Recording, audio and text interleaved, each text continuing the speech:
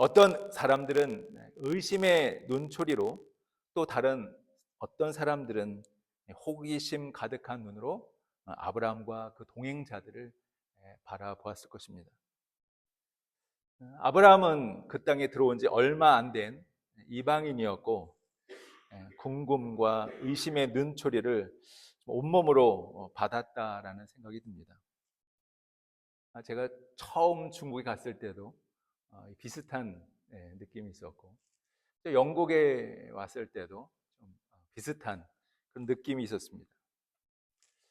사람은 자신을 무엇으로 인식하는지에 따라 살아가게 됩니다. 어떤 가치관, 또 어떤 세계관으로 자신과 주변을 보는가에 따라 취하는 삶의 태도가 결정됩니다.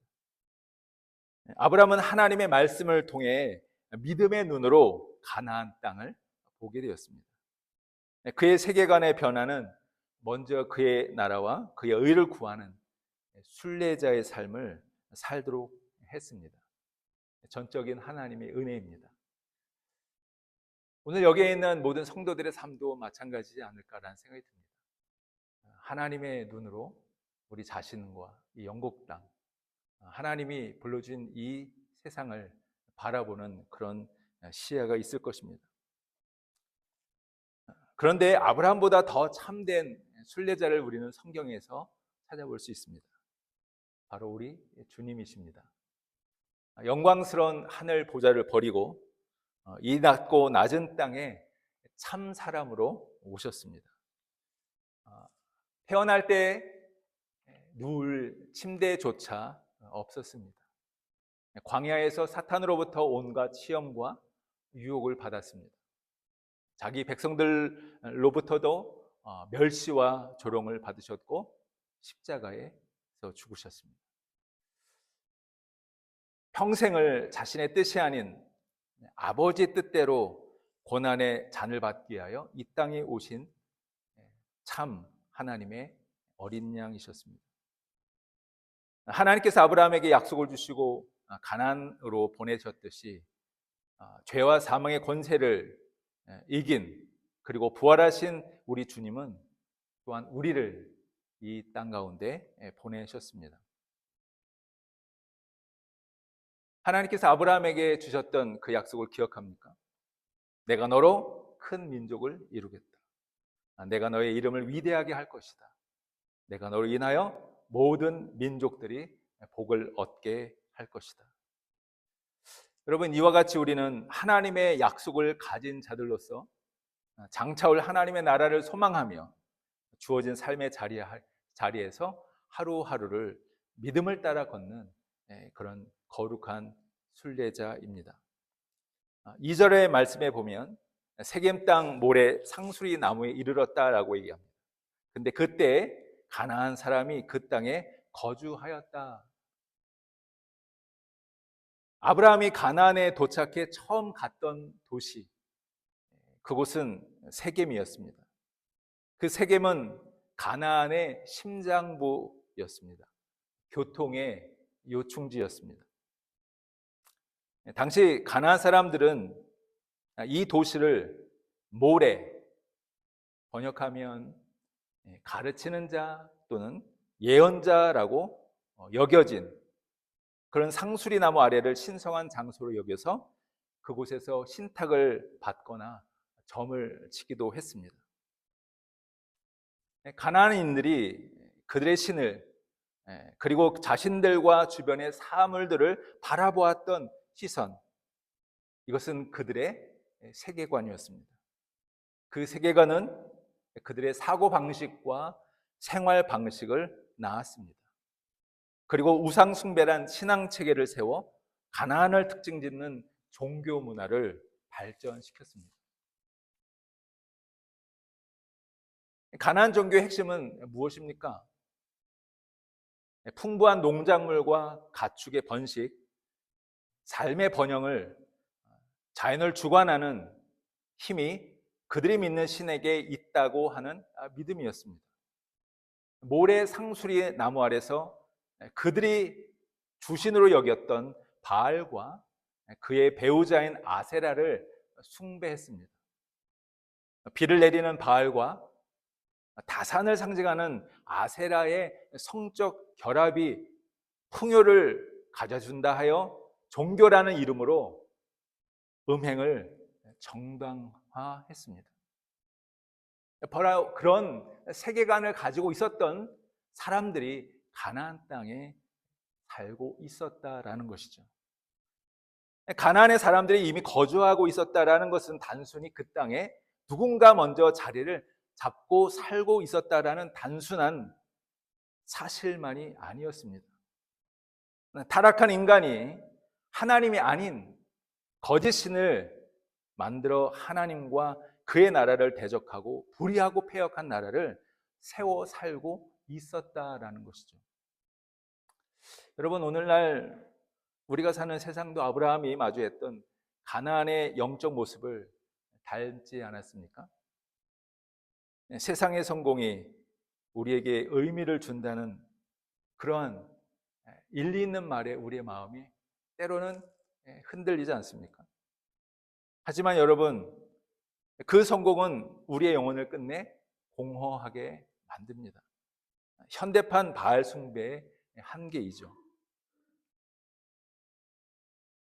생명나무의 열매가 아닌 내 마음에 좋은 것,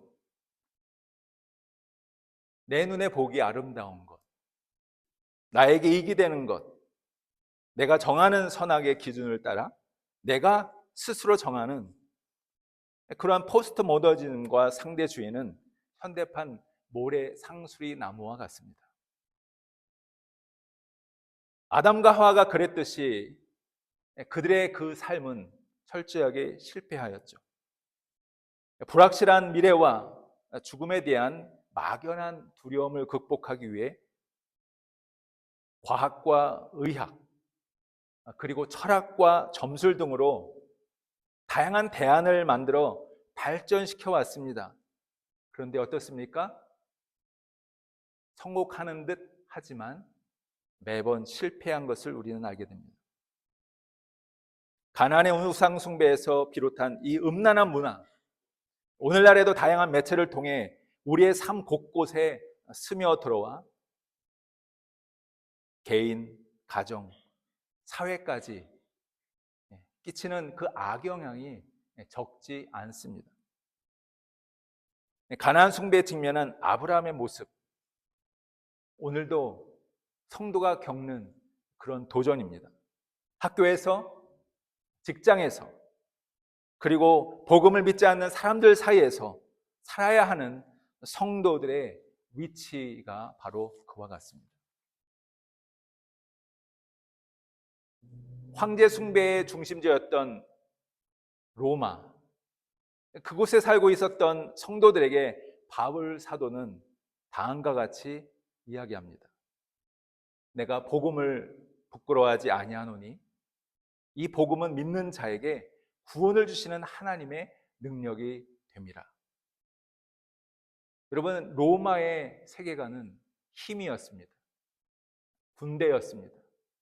팍스 로마나, 그것을 이루기 위하여 수많은 사람들이 로마 황제를 중심으로 신격화하고 그 나라를 자랑스러워했습니다. 그런데 그곳에서 신앙생활하고 있는 성도들에게, 그리고 자기 자신에게 이 말씀을 통하여 믿음을 격려하였습니다. 예수님의 제자였던 사도 요한, 그는 요한일서 4장 말씀에서 온전한 사랑의 두려움을 내어 쫓는다라고 말했습니다. 그의 공동체를 하나님의 진리, 주의 말씀 위에 굳건히 서게 했습니다. 여러분, 신문 받던 예수님을 3번이나 부인했던 베드로를 기억하십니까? 그는 자신 있게 내가 주와 함께 죽을지언정 주를 부인하지 않겠나이다 라고 했지만 3번씩이나 주님을 부인했습니다. 여러분, 종종 우리도 현실에서 예수님을 따르는 것이, 우리의 신앙을 지키는 것이 쉽지 않음을 경험합니다. 사람의 결심이나 노력만으로 되지 않는다는 것을 우리는 압니다. 그래서 하나님께서 우리를 위하여 예비하신 그 은혜의 복음, 곧 예수님의 그 십자가의 사랑을 통하여 보여주신 하나님의 놀라운 은혜.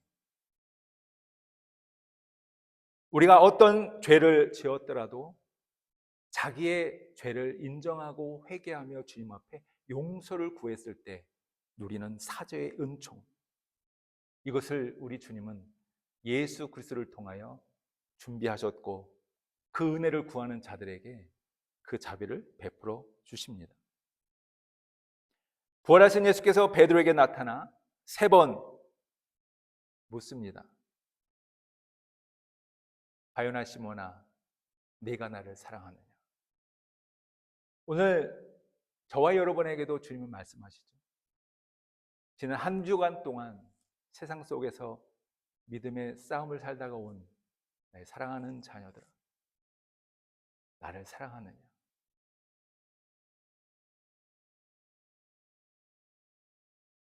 그런 주님의 질문은 우리의 실수와 우리의 연약함에도 불구하고 내가 너를 사랑한다. 내가 너를 위해 기도하였단다. 내가 지금도 너를 붙들고 있다. 라고 하는 확실한 증거로서 우리에게 예수 그리스도의 십자가를 통하여 보여주셨습니다. 그 십자가를 바라볼 때 우리는 무엇을 경험할 수 있습니까? 용서하시는 하나님의 사랑, 나를 다시 한번 붙들어 주시는 주님의 그 은혜를 우리 심령 안에서 확인하게 됩니다. 성도는 그래서 끊임없이 믿음의 주요 온전케 하는 이인 예수를 바라보아야 합니다.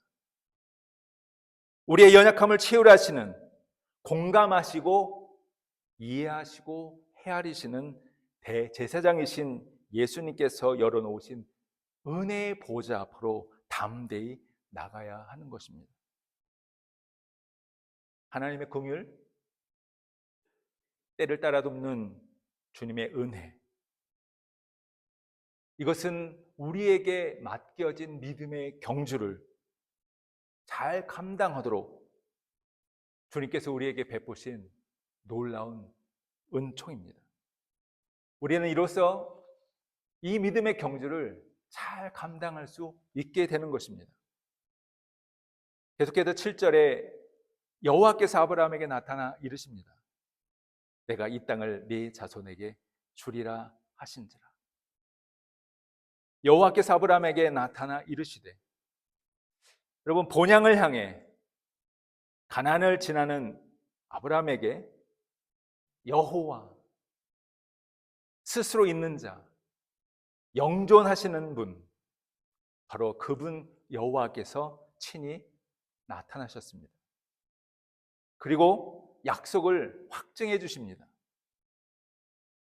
갈대아 우르에서 주셨던 그 약속이 결코 취소되거나 흔들리지 않는다라는 사실을 가나안 땅에서 다시 아브라함을 만나 말씀해 주시는 것입니다.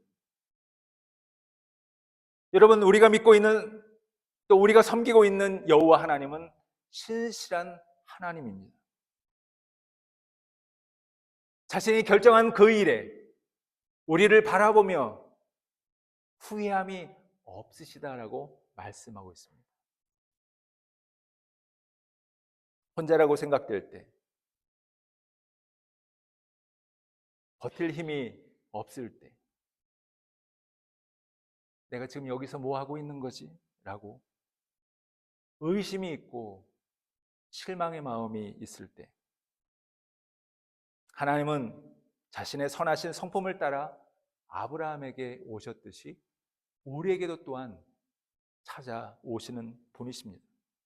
그리고 인격적으로 우리의 심령 가운데 말씀하십니다. 그리고 다시 한번 약속을 확인시켜 줍니다. 내가 이 땅을 네 자손에게 주리라. 이 얼마나 귀한 약속입니까? 얼마나 힘이 되는 주님의 음성입니까? 연약해 낙심하고 흔들리기 쉬운 우리의 믿음을 굳건히 세우시는 주님의 말씀입니까? 이 약속이 우리에게도 필요합니까? 우리의 자녀들이 이 약속 안에서 살기를 바라고 있습니까? 저는 아멘이라고 주님 앞에 그렇게 고백하고 싶습니다. 이 땅에서 저뿐만 아니라 저보다 더 우리의 자녀들이 하나님의 은혜와 자비를 얻어 이 땅에서 하나님을 섬기는 믿음의 세대가 되게 하여 주십시오. 하나님이 이 약속을 제게 주셨다면, 여러분에게 주셨다면 여러분 어떻게 반응하시겠습니까? 복되신 하나님께서 교회에게 주신 성경은 이러한 거룩한 약속, 복되고 아름다운 약속들로 가득합니다. 시편 1편은 복 있는 사람은 이라고 말하며 시냇가에 심겨진 나무와 같이 시절을 따라 열매를 맺을 것이다. 그리고 그 잎사귀가 마르지 아니할 것이다. 온유한 자는 복이 있나니 그들이 땅을 기업으로 받게 될 것이다. 내가 이 반석 위에 내 교회를 세우리니 음부의 권세가 해하지 못할 것이다. 볼지어다 내가 세상 끝날까지 너희와 항상 함께 있으리라.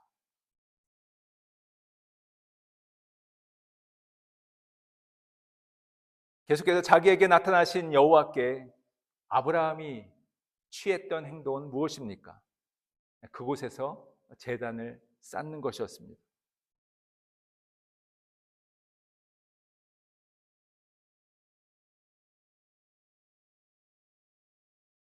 이제 우리에겐 아브라함이 쌓았던 제단보다 더 나은 완벽한 제단이 되어주신 예수님의 이름으로 예배를 드리고 있지 않습니까? 오늘 여러분 이 예배를 드리는 것이 어떤 믿음의 반응입니까? 우리 안에는 어떤 기쁨이 있습니까? 어떤 소망이 있습니까? 예수님으로 인하여 기쁨과 감사로 하나님께 예배드리고 헌신할 수 있는 이것은 성도들의 특권입니다. 주께서 가르쳐 주신 기도로 하늘에 계신 우리 아버지여, 하나님을 우리의 아버지라고 부를 수 있습니다. 이름이 거룩히 여김을 받으시오며 하나님의 나라가 이 땅에 임하옵시며 하나님의 뜻이 하늘에서 이루어진 것처럼 이 땅에서도 이루어지기를 원합니다. 그것이 우리의 기도일 수 있습니다. 이 세상 누구가 과연 이와 같은 기도를 하나님 앞에 올려드릴 수 있겠습니까? 하나님이 예수 그리스도의 복음으로 산 믿음의 가정, 교회만이 세상 가운데서 하나님을 이와 같이 예배할 수 있는 것입니다. 아브라함은 거기서 베델 동쪽 산으로 옮겨 장막을 쳤습니다. 서쪽은 베델입니다. 동쪽은 아이입니다. 서쪽엔 저희 집이 있습니다. 동쪽은 레딩이 있더라고요. 아브라함의 여정은 세겜에서 끝나지 않았습니다. 그 세겜은 시작점이었습니다. 아브라함이 옮겨 장막을 친 곳은 베델과 아이의 중간 어느 지점이었을 것입니다. 베델의 의미가 무슨 뜻인지 아시죠? 하나님의 집, 하나님의 약속과 임재가 있는 장소. 반면에 아이라는 뜻은 무너짐, 공허, 즉 현실의 불안정함을 상징합니다. 아브라함이 장막을 쳤던 이 베델과 아이라고 하는 이 사이, 그 사이는 마치 우리의 삶의 터전과 너무나도 닮아 있습니다. 베델과 아이는 모든 성도들이 살고 있는 이 삶을 해석해주는 영적 지도라고 볼 수 있습니다. 하나님의 은혜를 경험하면서 동시에 죄로 인해 무너진 세상, 그 사이에서 도전을 받는 그 가운데 성도들은 장막을 치고 살고 있는 것입니다. 약속과 현실 사이에서.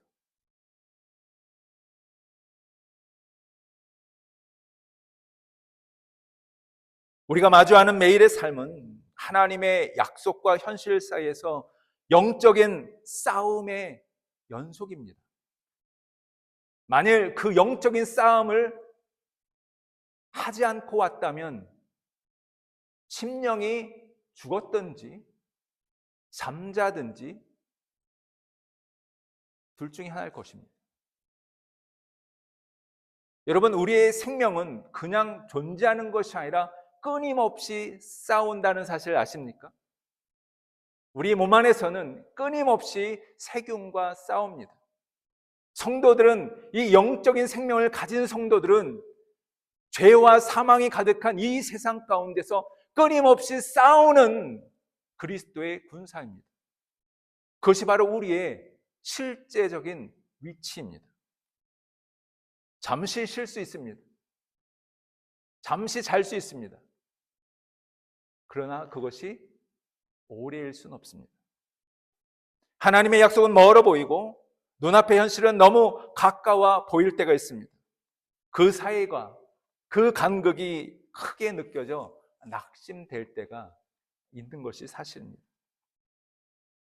근데 여러분, 하나님의 사랑과 은총을 받은 성도 여러분, 기억하십시오. 예수님은 자신의 십자가로 바로 그 베델과 아이 사이에, 우리가 친 그 장막 사이에, 그 장막 안에 친히 찾아오셨습니다. 거룩한 하나님과 죄인이었던 그 사이에 화목제물이 되어 주셨습니다. 우리를 사망으로부터 생명으로 옮겨 주셨습니다.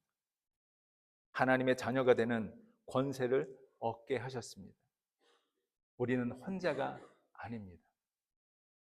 임마누엘, 우리와 함께 하시는 주님이 계십니다. 우리 안에 착한 일을 시작하시니 그리스도 예수의 날까지 이루실 줄 믿으시기 바랍니다. 하나님을 신뢰하고 믿음을 지키는 그런 선한 일을 하다가 낙심하지 않는 복된 성도들이 되길 바랍니다. 주님께서 우리를 권고하시고 내가 너희를 힘주겠다라고 말씀하십니다.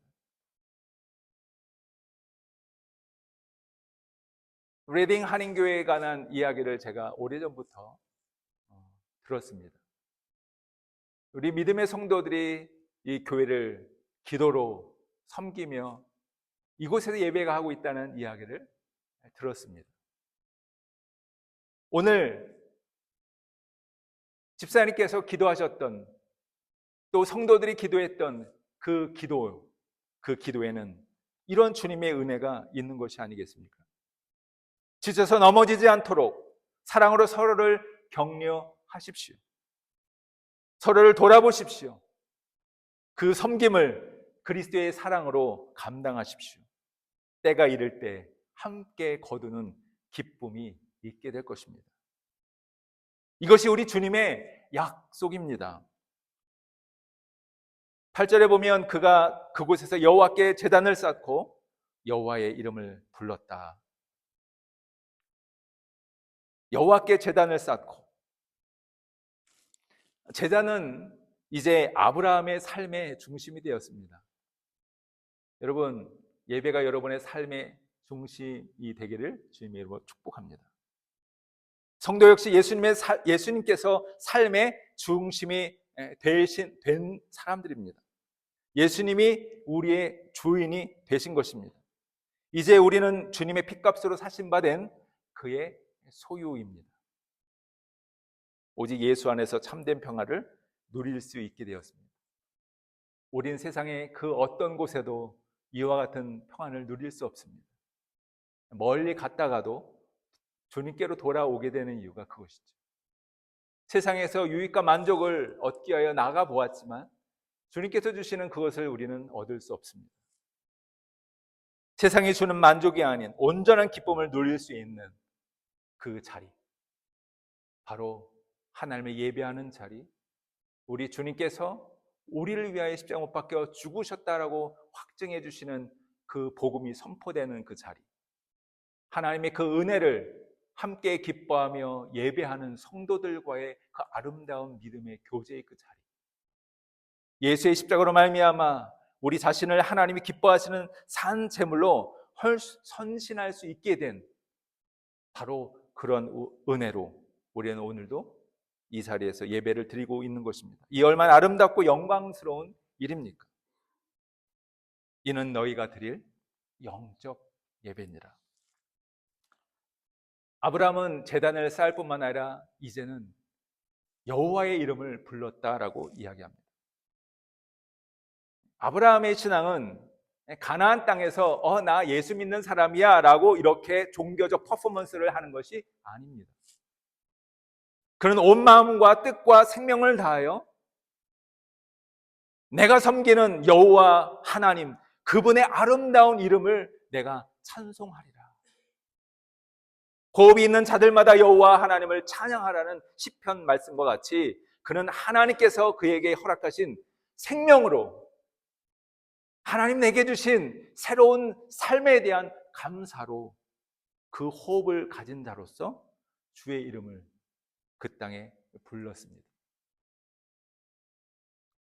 여호와의 이름은 능력이 있습니다. 바울 사도는 이 비밀을 알았습니다. 비참한 가운데서도 영광의 하나님을 예배할 수 있는 유일한 길, 절망 가운데서조차 하늘의 소망을 붙잡을 수 있는 유일한 분. 오호라, 나는 곤고한 사람이로다. 이 사망의 몸에서 누가 나를 건져내랴. 이런 탄식과 함께 그는 우리 주님의 이름을 불렀습니다. 우리 주 예수 그리스도로 말미암아 하나님께 감사하리로다. 우리 주 예수 그리스도로 말미암아 하나님께 감사하리로다. 예수의 이름을 부르는 하나님의 자녀들, 하나님은 그들에게 귀를 여시고 그의 시선을 집중시키십니다. 예수의 이름은 믿는 자들에게 하나님의 자녀가 되는 권세가 있게 합니다. 그 이름으로 하나님의 지성소에 들어갈 수 있게 됩니다. 예수님은 자신의 그 십자가로 성소의 휘장을 갈라 놓으셨습니다. 그리고 우리가 때를 따라 돕는 주의 은혜를 얻도록 은혜의 보좌 앞으로 나아갈 수 있도록 친히 길이 되어 주셨습니다. 여러분은 이 예수의 이름의 비밀을 알고 있는 분들 아닙니까? 예수의 이름으로 화목케 하는 직책과 말씀을 맡은 사람들이기도 합니다. 또한 예수의 이름으로 두세 사람이 모이면 주님께서 함께 하시겠다. 그리고 너희가 땅에서 매면 하늘에서도 매일 것이요 무엇이든지 땅에서 풀면 하늘에서도 풀리리라 하셨습니다. 우리는 얼마나 예수의 이름을 우리의 삶의 자리에서 약속과 현실 속에서 주님의 이름을 부르는지 생각해 보아야 합니다. 성도는, 교회는 베델과 아이 사이에서, 약속과 현실 사이에서, 그리고 이미와 아직 사이에서 예수님의 이름으로 하나님을 예배하도록 부름받은 신앙 공동체입니다. 또한 하나님과 세상 사이에서 거룩한 중보자로 사랑의 일꾼으로 보냄받은 선교 공동체이기도 합니다. 결론을 맺겠습니다. 여러분, 아브라함이 들어간 가나안 땅은 결코 중립적인 땅이 아니었습니다. 그곳은 다신적 세계관, 인간의 욕망, 거짓과 음행이 거미줄처럼 촘촘하게 얽혀 있었던 우상 숭배의 땅이었습니다. 그러나 바로 그 한가운데 그 자리에서 하나님은 아브라함을 만나셨고 제단을 쌓게 하셨고 그의 이름을 부르게 하셨습니다. 믿음은 약속과 현실 사이에서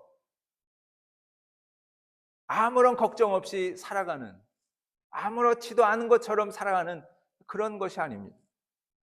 매일매일 하나님을 신뢰함으로 연약하지만 오늘 내게 주어진 내 그 발걸음을 주님과 함께 한 발 한 발, 한순간 한순간 우리에게 주어진 그 호흡 한 호흡을 살며 주님을 신뢰함으로 살아가는 것입니다.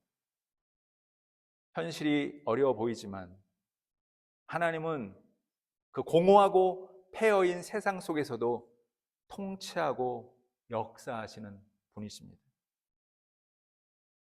선한 목자이신 여호와께서는 우리에게 부족함이 없는 분이십니다. 우리를 인도하십니다. 우리를 잔잔한 물가로 인도하십니다. 우리의 영혼을 소생시키십니다.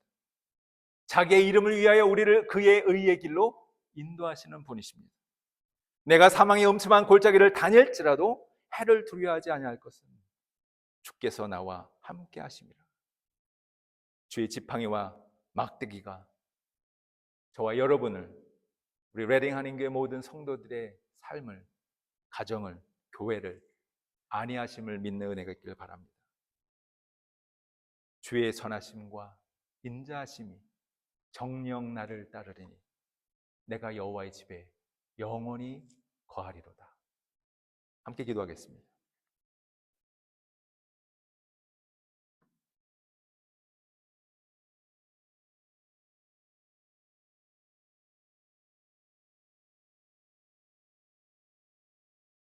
하나님, 오늘도 우리에게 하나님의 말씀을 통하여 격려하시고 위로하시며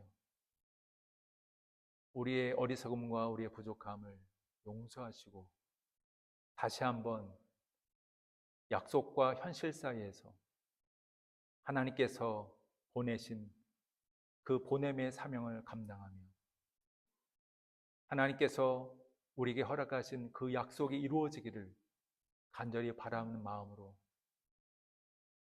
가정과 교회 안에서 하나님의 충성된 자녀로 하나님의 영광을 올리며 함께 사랑하며 그렇게 걸어갈 수 있는 저희 모두가 될 수 있도록 지금 저희를 그렇게 축복하여 주옵소서. 예수님으로 기도합니다. 아멘.